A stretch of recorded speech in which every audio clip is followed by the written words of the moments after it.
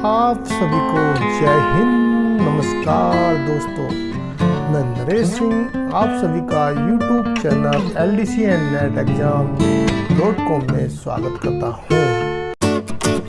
दोस्तों, अगर आपने अभी तक हमारे चैनल को सब्सक्राइब नहीं किया है तो प्लीज़ सब्सक्राइब करें, बेल आइकन को दबा लें और दोस्तों के साथ शेयर करें। दोस्तों, आज के वीडियो में केंद्रीय रिजर्व पुलिस बल नियम 1955 या CRPF रूल 1955 के बारे में बात करेंगे। दोस्तों, केंद्रीय रिजर्व पुलिस बल नियम 1955 यह जो है केंद्रीय रिजर्व पुलिस बल की धारा 18 में निहित अधिकारों के अनुसार केंद्र सरकार ने 1955 में केंद्रीय रिजर्व पुलिस बल के लिए नियम बनाए, जो 5 मार्च 1955 को भारतीय गजट में प्रकाशित है। यानी कि जो CRPF एक्ट है, एक्ट की धारा नंबर 18 में कानून बनाने का अधिकार या नियम बनाने का अधिकार दिया गया है। उसी अधिकार के चलते जो है केंद्रीय रिजर्व पुलिस बल ने नियम बनाए और इन नियम का प्रकाशन जो है 5 मार्च 1955 को किया गया। इस नियम में सबसे पहले नियम नंबर 1 है, उसमें संक्षिप्त नाम और विस्तार दिया गया है। तो नाम तो वही केंद्रीय रिजर्व पुलिस बल होगा, नियम 1955, और विस्तार भारत और जहाँ पर भी केंद्रीय रिजर्व पुलिस बल के सदस्य रहेंगे वहाँ पर रहेगा। नियम दूसरे में जो परिभाषाएं दी गई हैं, परिभाषा में जो ए है, 2 का ए में दिया गया है अधिनियम, जिसको एक्ट बोलते हैं। एक्ट से मतलब वही है केंद्रीय रिजर्व पुलिस बल अधिनियम 1939।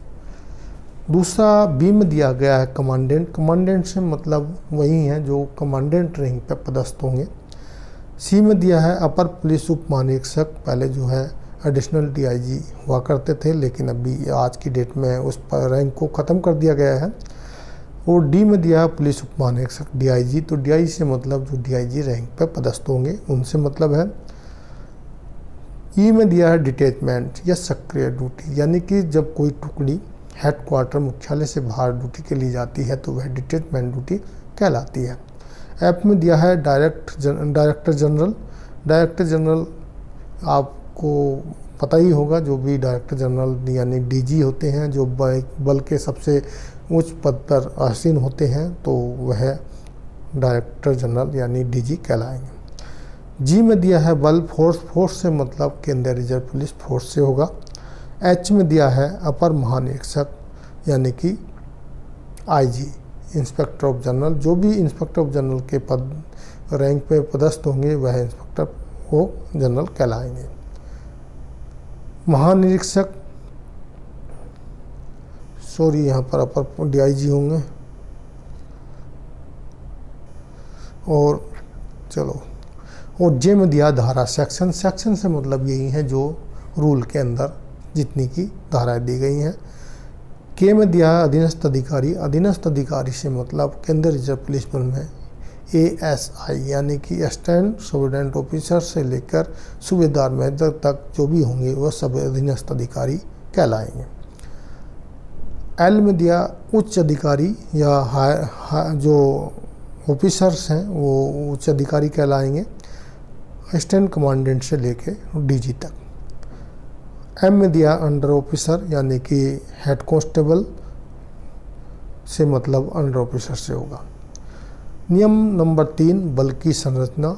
नियम नंबर 3 में बल की संरचना दी गई है कि बल की संरचना किस प्रकार होगी। ये काफ़ी बड़ा अभी वो बन जाता है, क्योंकि बल की संरचना जिस प्रकार आप देख रहे हैं डायरेक्टेड है, डायरेक्टेड में भी बहुत सारे हैं, फिर जोन है, जोन के बाद सेक्टर्स हैं, फिर एडम है, उसके बाद बटालियंस हैं। बटालियन के अलावा भी जो है बहुत सारे ग्रुप सेंटर हैं, CTC हैं, RTC हैं, ये सब बल की संरचना में आएगा।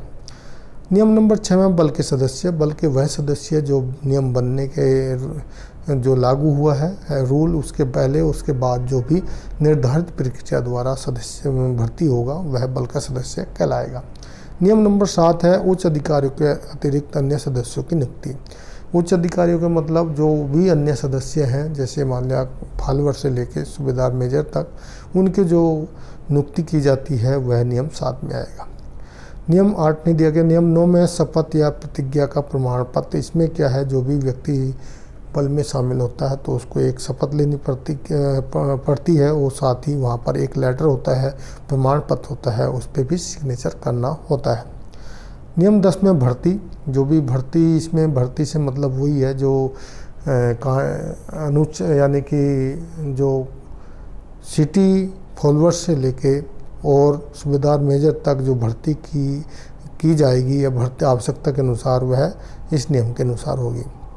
नियम नंबर 11 है भर्ती का स्तर यानी कि स्टैंडर्ड ऑफ रिक्रूटमेंट। इसमें जो है जो भर्ती का स्टैंडर्ड बताया गया है कि उसकी जो है पहले तो फिजिकल एफिशिएंसी इतनी होनी चाहिए, उसको इतना रिटन, इतना मेडिकल फिटनेस होना चाहिए, इतना क्वालिफिकेशन होना चाहिए, जो भी वहाँ पर एक स्टैंडर्ड दिया है वह पूरा, जो भी उसको पूरा करेगा वह उसमें भर्ती स्तर में भर्ती किया जाएगा, तो उसको भर्ती स्तर बोला जाता है। नियम 12 है स्वास्थ्य प्रमाण पत्र, यानी कि इसमें जो है स्वास्थ्य प्रमाण पत्र होता है, यानी कि जो भर्ती होते समय या बाद में भी जाते हैं तो उनके लिए स्वास्थ्य के लिए एक प्रमाण पत्र जारी होता है। नियम नंबर 13 है भर्ती नियमावली। इसमें भर्ती नियमावली के बारे में बताया गया है। नियम 15 है बहुविवाह, यानी कि जो भी सदस्य बल का सदस्य होगा वह एक से अधिक शादी नहीं कर सकता, कुछ अपवादों को छोड़ के। नियम नंबर 17 है सेवा मुक्ति। तो सेवा मुक्ति के लिए भी बताया गया है या तो भर्ती होने के तीन माह से पहले या फिर उसके बाद जो है कोई भी अगर मुक्ति चाहता है तो वह एक प्रार्थना पत्र कमांडेंट महोदय को देगा और जो नियम बनाया गया उसके अनुसार ही हो सकता है। नियम नंबर 18 सेवा मुक्ति प्रमाण पत्र। कोई भी सेवा से जाता है, चाहे वह स्वेच्छा से जा रहा हो या उसको सेवा से हटा दिया जाए या सुपरनेशन, तो उनको एक प्रमाण पत्र दिया जाएगा। नियम नंबर 19 है स्वेच्छा से सेवानिवृत्ति पर यात्रा भत्ता। जो भी स्वेच्छा से वॉलंटरी रिटायरमेंट जाता है उसको यात्रा भत्ता दिया जाता है। नियम नंबर 29 है अपनी प्रार्थना के अलावा सेवा मुक्ति पर यात्रा भत्ता। दोस्तों यह 29 नहीं 20 है। नियम नंबर 21 है उस व्यक्ति के परिवार को यात्रा भत्ता जो शारीरिक रूप से अयोग्य घोषित हो गया किसी कारण से, चाहे आपको फील्ड में या किसी भी मिलिटेंट अटैक या किसी कारण से कोई व्यक्ति सरकारी ड्यूटी में शारीरिक रूप से अयोग्य हो गया तो उसके परिवार को भी यात्रा भत्ता नियम 21 के अनुसार दिया जाता है। नियम नंबर 23 में है संगठन के बारे में। संगठन में जो वही है जैसे मैं पहले बताया हूँ, पहले डायरेक्टेड होगा, फिर जोन होंगे या फिर सेक्टर होंगे, एडम होंगे, यह सब एक संगठन होता है। नियम नंबर 24 में सेवा कंपनी। जो बटालियंस होती हैं, बटालियन की जो कंपनी ड्यूटी करती हैं उनको सेवा कंपनी बोलते हैं, उसके बारे में बताया गया है। नियम नंबर 25 बल की प्राथमिक ड्यूटी। क्या प्रत्येक जो बल है उसकी कुछ ना कुछ अपनी प्राथमिक प्राइमरी ड्यूटियाँ होती हैं, तो प्राथमिक ड्यूटियाँ को जो है नियम नंबर 25 में दिया गया है। नियम नंबर 27 में सज़ा देने का तरीका। इसमें सज़ा देने का तरीका दिया गया है, किस तरह सज़ा दी जाएगी आप इसको पढ़ सकते हैं। उसके बारे में मैंने वीडियो बड़े ही अच्छे तरीके से जो मेन है, जैसे एक्ट के भी जितने भी हैं 9, 10, 8 जो उनके अलग अलग से पूरा विस्तार से वीडियो बना चुका हूँ, आप देख सकते हैं। और ये जैसे रूल्स के भी कुछ भी अच्छे जो नियम हैं, जैसे 27 हो गया, 27A हो गया, B हो गया, इनकी भी अलग अलग वीडियो बनाई जा चुकी हैं। नियम नंबर 27 क में निलंबन है और नियम 27 क में निलंबन के दौरान बल के सदस्यों की ड्यूटी, कि अगर कोई व्यक्ति निलंबित या बर्खास्त हो जाता तो उसकी बल के सदस्यों की ड्यूटी क्या होगी। नियम नंबर 28 है अपील, जिसको प्रतिवेदन बोल सकते हैं। अगर किसी को कोई सज़ा मिल जाती है तो वह उससे उच्च अधिकारी को अपना प्रतिवेदन या अपील कर सकते हैं। नियम नंबर 29 रिवीजन पुनरीक्षण, यानी कि कोई सज़ा दी गई है, अगर लगता है तो उसकी इतनी गलती नहीं थी या छानबीन में कम निकलता तो उसका पुनर्रिवीजन किया जा सकता है। नियम नंबर 30 पिटीशन याचिका और नियम नंबर 31 में भगोड़ा या बिना अवकाश के अनुपस्थित। दोस्तों अगर कोई व्यक्ति कैंप से भगोड़ा हो जाता है या छुट्टी जाता है और अपने समय पर ड्यूटी पर नहीं लौटता तो उसका विवरण जो है उसको नियम 31 में दिया गया है।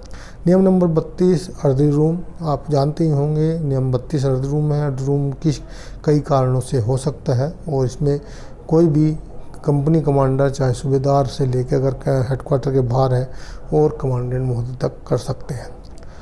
प्रश्न नियम नंबर 36 न्यायिक अन्वीक्षण, जिसको जुडिशियल ट्रायल बोला जाता है। नियम नंबर 40 वेतन की दर। प्रत्येक रैंक के जो रैंक की है उसकी एक वेतन दर निर्धारित की गई है। नियम नंबर 41 मुफ्त आवास, यानी कि जिसको हम मुफ्त आवास का मतलब रहने के लिए जो क्वार्टर्स दिए जाते हैं, नियम नंबर 41 में दिया गया है कि जो भी बल के सदस्य हैं उनको मुफ्त आवास दिया जाए। नियम नंबर 42 में पेंशन के बारे में, जो व्यक्ति पेंशन का हकदार है या जिनके कुछ दूसरे तरह की पेंशन दी जाती हैं, जैसे किसी का इंसिडेंट हो जाता है उनके परिवार को, तो जो भी पेंशन की चीज़ें हैं, पेंशन संबंधी नियम हैं, पेंशन संबंधी बातें हैं, वो सब 42 में दी गई हैं। नियम नंबर 44 स्पेशल वेतन। कोई व्यक्ति कोई कार्मिक जबकि किसी भी ऐसे विशेष पद पर नियुक्त किया जाता है जो ड्यूटी के अलावा एक्स्ट्रा काम करते हैं, तो उनको वेतन स्पेशल वेतन का वर्णन 44 में किया गया है। नियम नंबर 46 वेतन और महंगाई भत्ता जब सदस्य डिटैचमेंट और प्रशिक्षण पर हो, यानी कि नियम 46 में दिया गया है कोई भी कार्मिक या तो कोई डिटैचमेंट पे गया हो या फिर ट्रेनिंग करने के लिए, तो उसको जो है भत्ता दिया जाएगा। नियम नंबर 50 बल के सदस्यों की मृत्यु। बल के सदस्य की मृत्यु के बारे में 50 में दिया गया है। नियम नंबर 52 चोट और नियम नंबर 53 रिवार्ड। 53 में रिवार्ड के बारे में बताया गया है कि रिवार्ड किस किस कारणों से और कितना कितना दिया जा सकता है। नियम नंबर 55 मेरिट, यानी कि योग्यता। और नियम नंबर 56 वरिष्ठता सीनियरिटी। सीनियरिटी एक बहुत ही बड़ा मैटर है, क्योंकि बल के अंदर या फोर्स के अंदर एक सीनियरिटी बहुत ही महत्व रखती है। एक और सीनियरिटी किस प्रकार दी जाएगी, मान लिया कोई एक ही दिन की भर्ती हैं और एक ही साथ ट्रेनिंग किए हैं, सब कुछ है, तो उनमें भी सीनियरिटी किस प्रकार दी जाएगी या इसके बारे में बताया गया है। नियम नंबर 89 में अवकाश स्वीकार करने का अधिकार किसको है, तो इसमें जो कंपनी कमांडर होंगे उनको या कमांडेंट महोदय को जो है इसका अधिकार दिया गया है। नियम नंबर 90 में अवकाश से वापस बुलाना, यानी कोई व्यक्ति चला गया, अगर कोई ड्यूटी पड़ जाती है तो उसको वापस बुलाया जा सकता है। नियम नंबर 91 परिवार के लिए मुफ्त रेलवे वारंट और नियम नंबर 92 छुट्टी के लिए रेलवे वारंट और नियम 95 वर्दी का स्केल। नियम 96 शुरू में वर्दी का वितरण और बदली। नियम 97 सामयिक निरीक्षण। दोस्तों ये मैंने महत्वपूर्ण नियम आपको बताए हैं। और इसके अलावा अगर पूरा वीडियो देखना चाहते हो टोटल नियम, हालांकि एग्ज़ाम के दृष्टि से इन्हीं में से आते हैं, अगर वो भी मेरे पास उपलब्ध हैं, उसमें समय ज़्यादा लगता है इसलिए मैंने उसको वीडियो में नहीं डाला है, वो भी मेरे पास है, आप उपलब्ध लेना चाहते हैं तो ले सकते हैं। दोस्तों वीडियो अच्छा लगा तो वीडियो को लाइक कर दें, दोस्तों को शेयर कर दें, चैनल को सब्सक्राइब कर लें, साथ में लगे बेल आइकन को दबा लें जिससे आने वाली वीडियो आपको मिल जाए। वीडियो देखने के लिए थैंक यू।